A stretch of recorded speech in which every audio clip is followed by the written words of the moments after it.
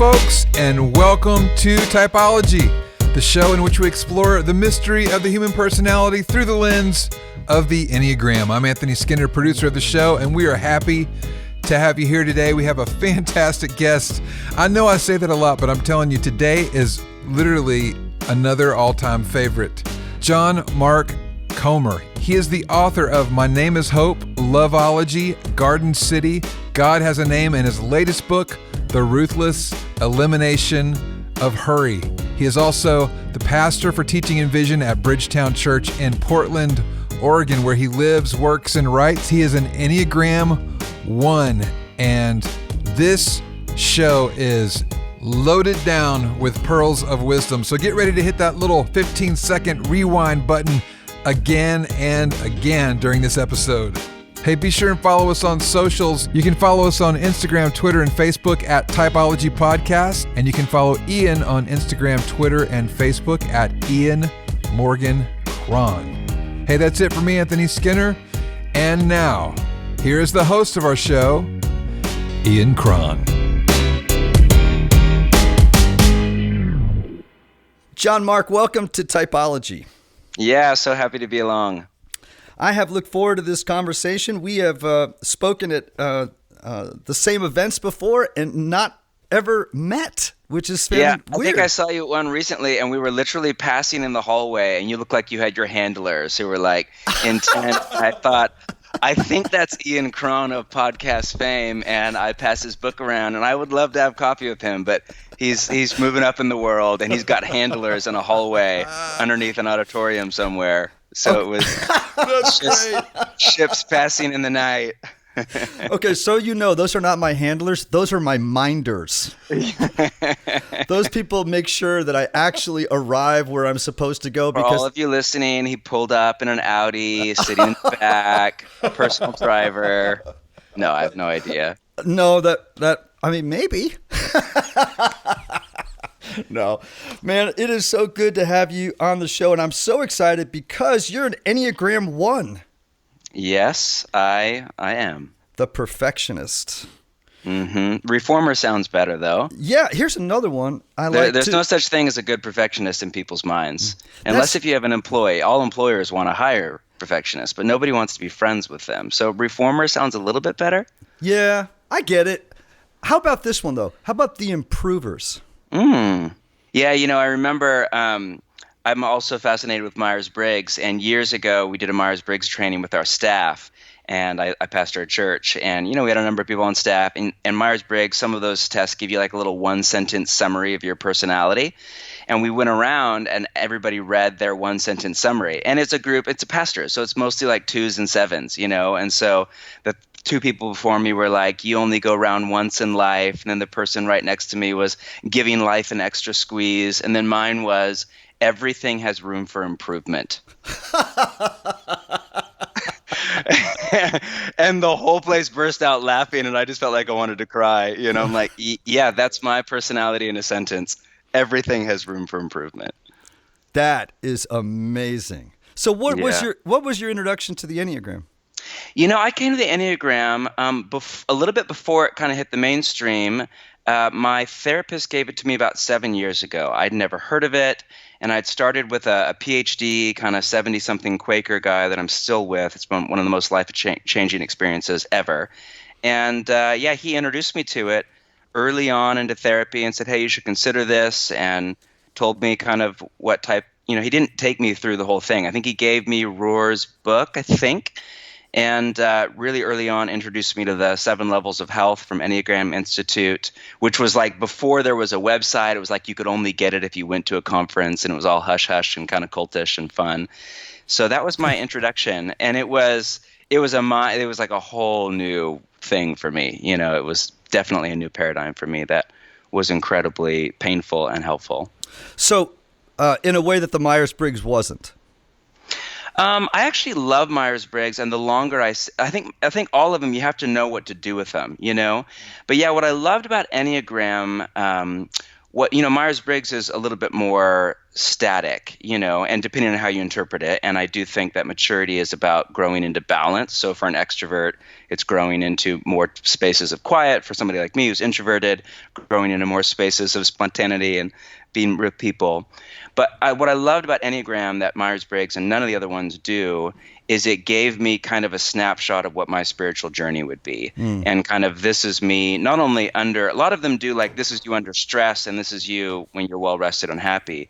But this one gave me not just stress and healthy, happy. This one gave me, me kind of early on in my spiritual journey and me down the road. Like if I were to continue in my paradigm following Jesus over many decades, this is who I could grow and mature into. And this is what Christ could look like through my personality. And that for me, that was a whole new thing. And especially, and I don't know if this is my oneness or just church culture or just the life I grew up in, but always feeling like pressure to conform to somebody else's personality and always wishing I was a 7 or wishing I was a this or that or the other.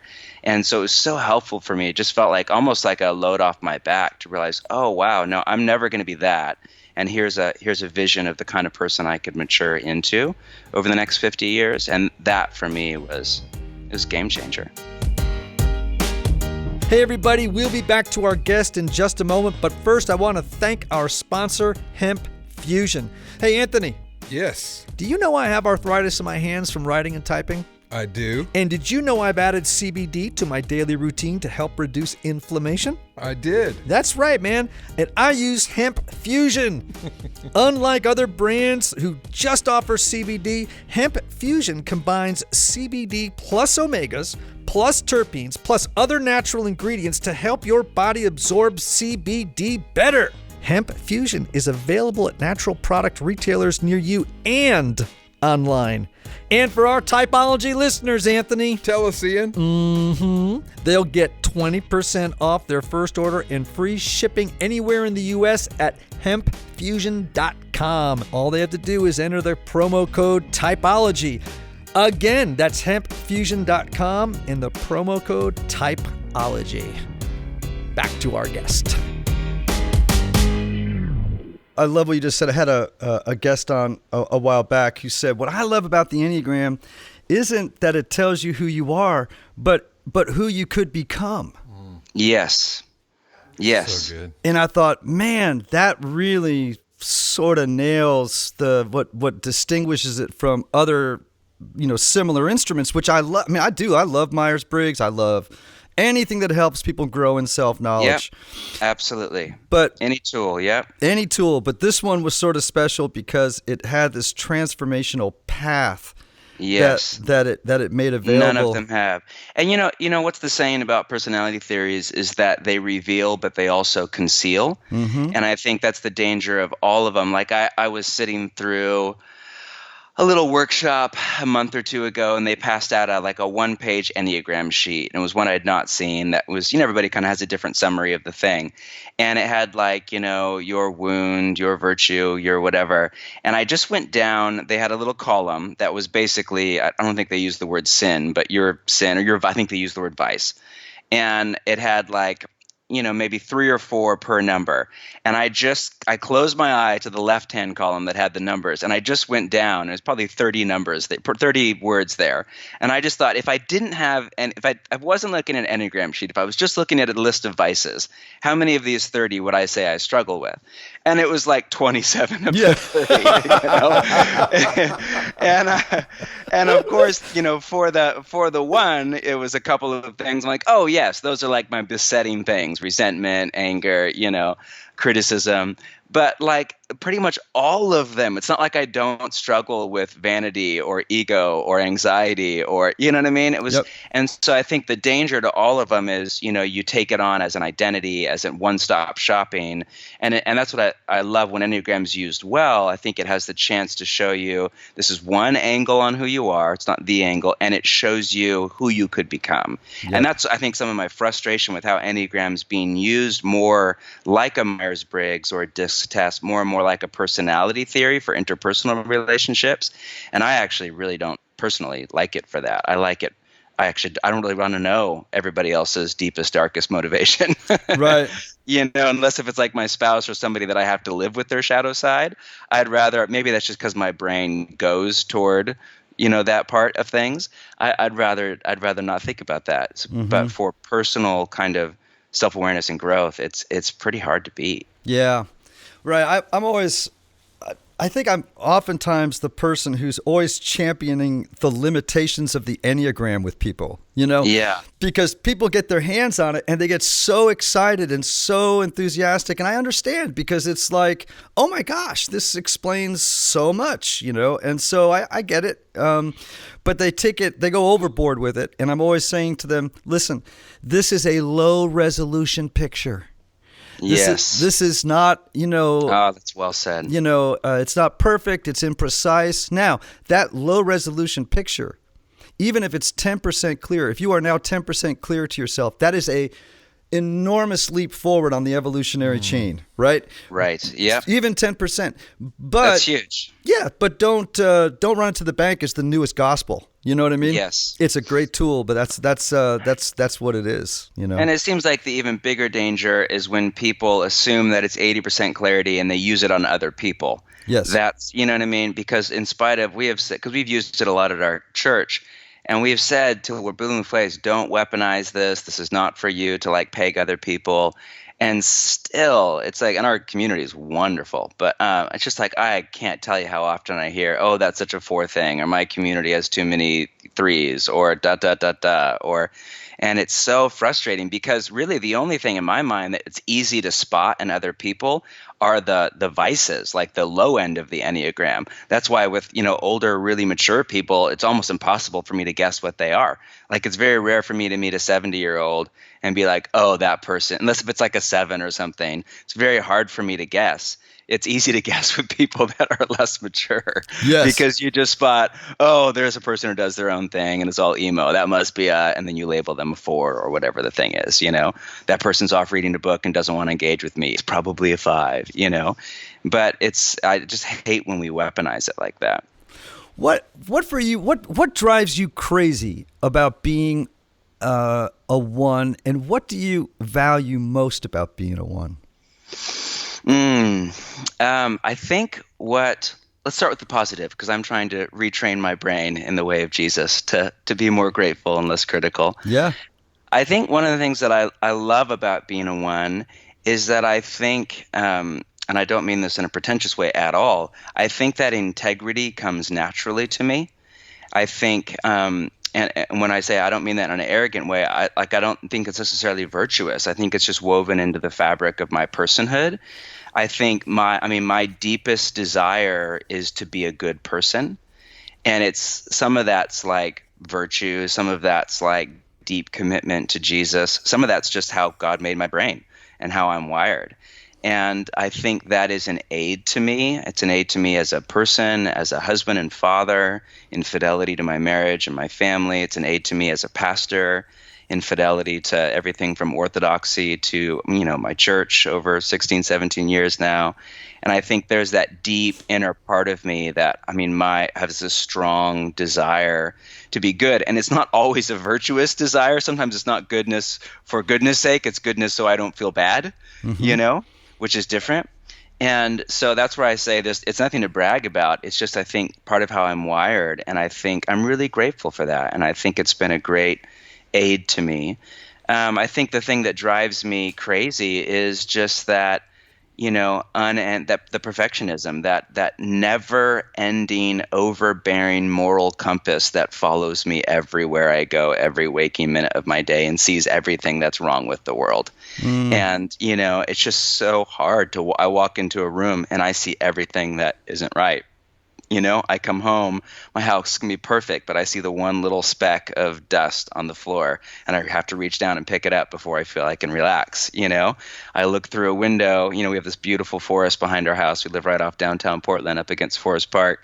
And I look out and this is gorgeous forest and I'll see like, ooh, the dog got its nose on the window and have to go Windex the window really fast, Oh, man. rather than looking through the window at the beauty of the forest. And I hate that. And when I'm in a healthy place, I can I can leverage that part of my brain to see the good. Like I enjoy, like, my wife is so funny. She is so relaxed and so happy and so easy and way, way more happier than I am just with life. But she doesn't enjoy life as deeply as I do. So when I get into something, like when I'm in a beautiful space, or we're out hiking, or it's a good meal, or we're in front of a good film or a good novel, I mean, I'm thrilled with joy. Like I am so deep into the pleasure of it.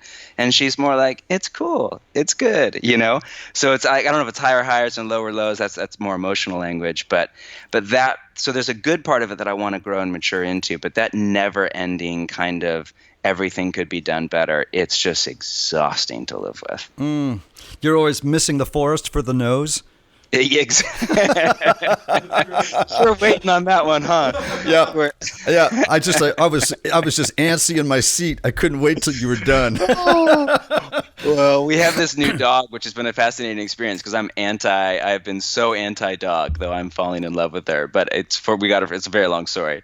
But we've been attempting to train her to not put her nose on the window, which is maybe one thing to do. Or I don't know. That's pretty one. It's mostly going well, but at the end of the day, she is a beast that we're trying to live with. Wolves are no respecters of personality types. They don't care for modern design and floor-to-ceiling windows. What is wrong with them? Hey everybody, we'll be right back to our guest, but first I want to thank our newest sponsor, Lipscomb University. Woo-hoo! Yes, indeed. Lipscomb University Marriage and Family Therapy Master's Program is the only marriage and family therapy program in Nashville to achieve COA-MFTE accreditation, the most rigorous accrediting standard in the field. It places Lipscomb's MFT program among the country's best and features specializations in play therapy and conflict management. Now listen everybody, Chris Gonzalez, who is the director of the program, is a real good friend. And I'm telling you, this is a super high quality program. I'm a therapist. I know what good therapists look like when they come out of school. And I can tell you, all the graduates of this program that I know, and there's plenty, rock at what they do. Now, the deadline to apply for fall is March 15th. So don't wait to get your master's and become a licensed marriage and family therapist.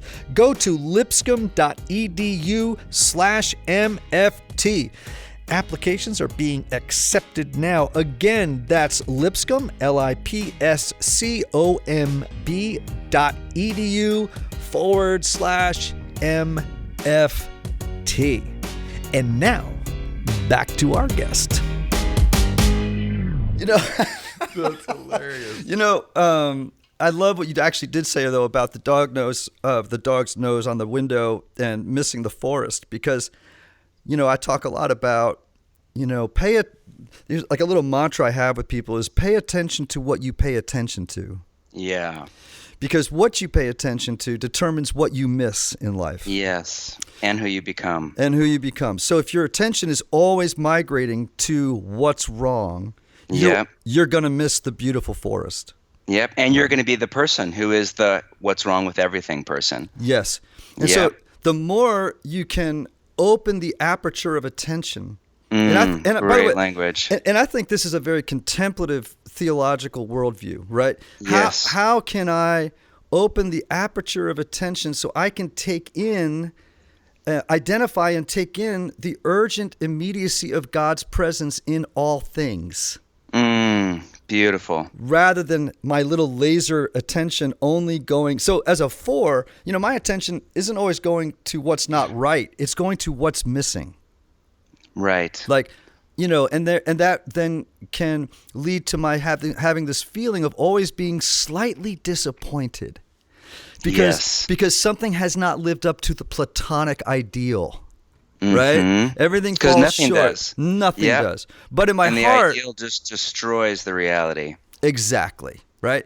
So what I've begun to do in my own sort of spiritual journey is to very consciously on a regular basis throughout the course of the day, when I begin to feel the pangs of disappointment or disillusionment with a situation or a relationship or a piece of music or whatever it may be, I just go, okay, we know what's missing, but what's here right now? Yeah. And maybe even to say, who's here right now? Yes. And I think those are, sort of nice things to do to get your attention to open up beyond the fixation that your particular personality style What's has. you have a little, in the book, a little 4-step acronym. Is it STEP? I'm trying to remember. I wrote it down, but it's a little early still, West Coast time. Yeah, no, it's SNAP. SNAP, that's what it is. Yeah. Stop, notice, ask, and pivot, right? So just learning throughout the course of a day, and actually this feathers beautifully into your new book, which I want to talk about, but learning to stop is so important, and it's so much more difficult than it sounds. Yep. And then learning to notice, and again, where your brain has run off and what you're thinking about. And and like what movies are you making in your head right now? Yes. Right. And what's Douglas Steere, the Quaker's line? We suffer from interior immigration. Yes. Meaning there's just this constant, like, all of a sudden we're not here. We're somewhere else. We've immigrated. Our brain is off in la-la land, Absolutely. We're literally lost in thought. So stop, notice. What's A again? Well, it's ask, right? So, and I can, I use this in many different ways with people, but it's simply to ask yourself the question in the moment. For example, what am I believing right now? Yeah. Like, what story is my mind telling right now? Yeah. So in the situation you just referenced, my mind is telling me that all is not well with the world because the dog's nose print is on the window. Right. You know what I mean? But it could be something as big as, right now I'm believing that I am unredeemably deficient. Yeah. At my core. And then maybe the second question in that ask category might be, well, is it true? Yeah. Right. Totally. And that's a huge question. Is that true? Or there's a question that I'm not sure if you've had John Ortberg on yet, but I sit with him a few times a year, and it's not official spiritual direction, but that's functionally what I get. And one of the questions he gave me to ask in a little exercise almost identical to this is, how would my life be different if I was living in the kingdom right now? Yes. Yes. If I was living in the with Jesus life under his rule, if I was in that space, how would my life be different right now? If I didn't need the window to be perfect, to be happy, because I was already blessed, I was in the kingdom with Jesus, how would my life be different? Right. And so what you're doing there is you are interrogating your taken for granted beliefs about the world. Like the world can't be okay as long as that dog nose print is on my window. Of course I can't. Absolutely, I agree, Ian Cron. So then that P is actually, to your question, pivot. It's like, well, what if I just decided to live in a different story right now? Yeah. And what if I lived in the story of the kingdom right now? And chose to believe that the forest is infinitely more important than the stain on my window, and to rejoice in that. I mean, and you can do that in 15 seconds, 10 times a day. Just keep bringing yourself back, so that you don't fall into the rut of your personality. Yeah, I love that. I remember that was one of the main things from your book that I actually wrote down. I have it in my little journal over here, even in spite of my forgetting the exact acronym right now. I love that you mentioned contemplation. That's become like the core of my spiritual practice, which I'm a big believer in that for all personality types. Mm-hmm. But I think especially for mine, it just gets a lot of traction. I love Gerald May's definition of contemplation as just to pay attention to what is. Yep. And, I think a big, as I pastor and think and teach and really work on spiritual formation, I've been thinking a lot about, this is a generation ago, I don't know what you think of M. Scott Peck, but his definition as a therapist of mental health as dedication to reality at all costs. Mm-hmm. And, it starts with what psychology, what Christian spirituality, what Enneagram theory, what contemplative practice, what they all have in common is, I think, a recognition and awareness that one of the core human problems is an inability to face the pain of reality.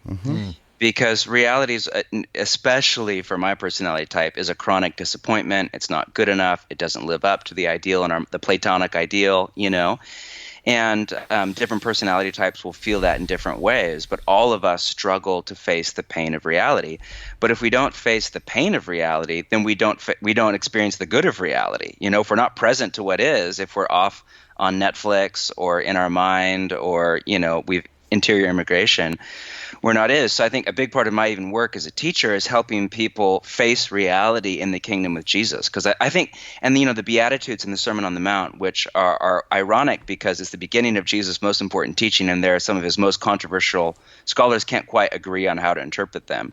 But the interpretation that I find the most compelling is not, and this could be wrong, but is not that they are a list of virtues, the poor in spirit, the meek, the peacemaker, the persecuted, but actually it's Jesus saying that the least likely people on earth can still be blessed, that you can come listen to Jesus and you can be poor and you can go home and still be poor and under the boot of the Roman Empire, but now you can be blessed because you're living in the kingdom with Jesus.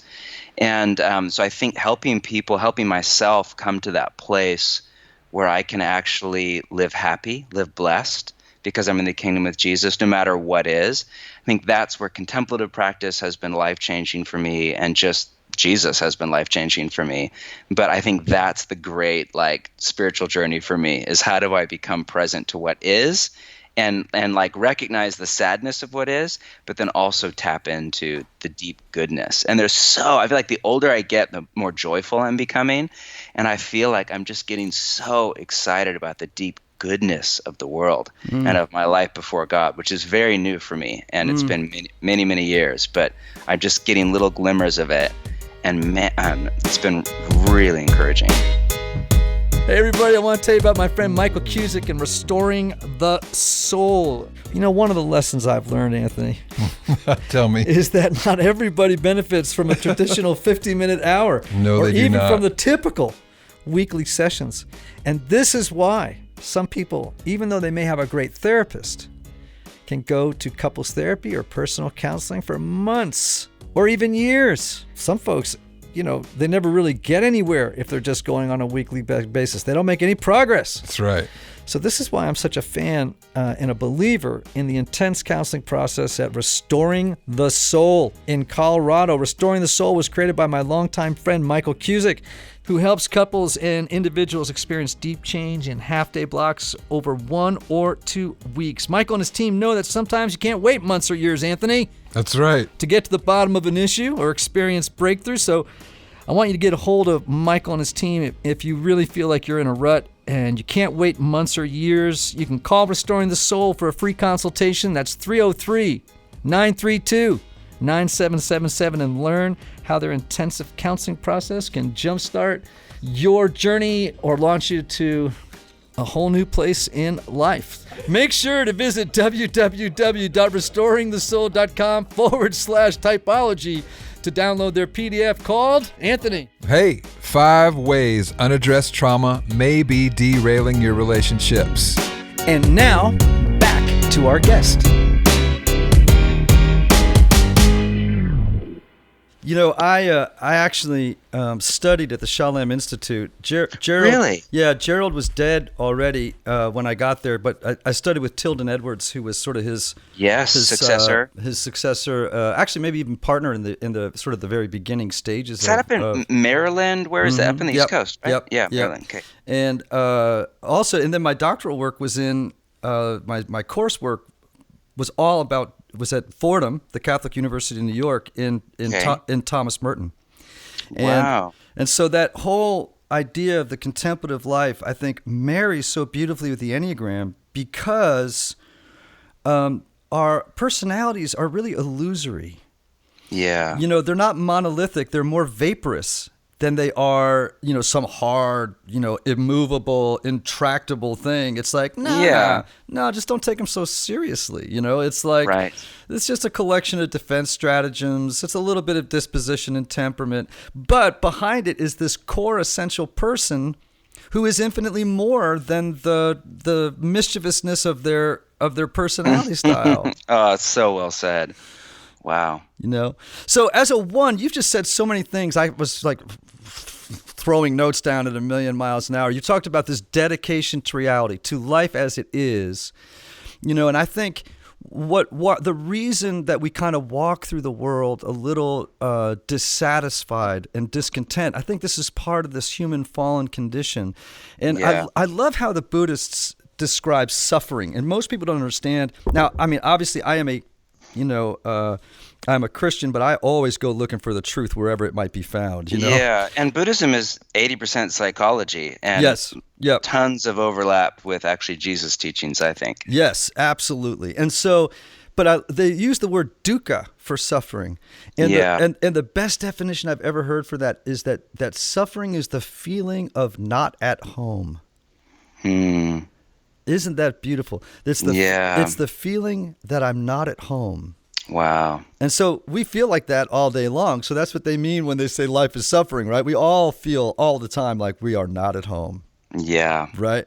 And so you said just earlier that, that the contemplative life, living in this world where we don't feel at home, is about facing the pain of that. Yeah. And that's as I understood you saying it, the portal way to growth and to a life of love and wholeness. But here's a direct quote. I think it might even be in The Road Back to You. It's that ones are always fighting reality. They are in a constant argument with reality. Yes, with reality. Yep. That the world is broken and they don't have the time and the energy to fix it all. Like they think they can fix it, which is a fight with reality. Which ends up being a fight with people.